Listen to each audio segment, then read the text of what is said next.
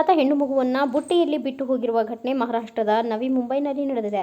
ಬುಟ್ಟಿಯಲ್ಲಿ ಮಗುವಿನ ಪೋಷಕರು ಪತ್ರವನ್ನು ಬರೆದಿಟ್ಟಿದ್ದಾರೆ. ಆರ್ಥಿಕ ಸ್ಥಿತಿ ಕೆಟ್ಟದಾಗಿರುವ ಕಾರಣ ಮಗುವನ್ನು ಬೆಳೆಸಲು ಸಾಧ್ಯವಾಗದು, ನಮ್ಮನ್ನು ಕ್ಷಮಿಸಿ ಎಂದು ಪತ್ರದಲ್ಲಿ ಬರೆಯಲಾಗಿದೆ. ನವಿ ಮುಂಬೈನ ಪನ್ವೇಲ್ ಪ್ರದೇಶದ ಟಕ್ಕಾ ಕಾಲೋನಿಯ ರಸ್ತೆ ಬದಿಯಲ್ಲಿ ನೀಲಿ ಬಣ್ಣದ ಬುಟ್ಟಿಯಲ್ಲಿ ಮಗು ಇರುವುದನ್ನು ಸ್ಥಳೀಯ ನಿವಾಸಿಯೊಬ್ಬರು ನೋಡಿ ಪೊಲೀಸರಿಗೆ ತಿಳಿಸಿದ್ದಾರೆ.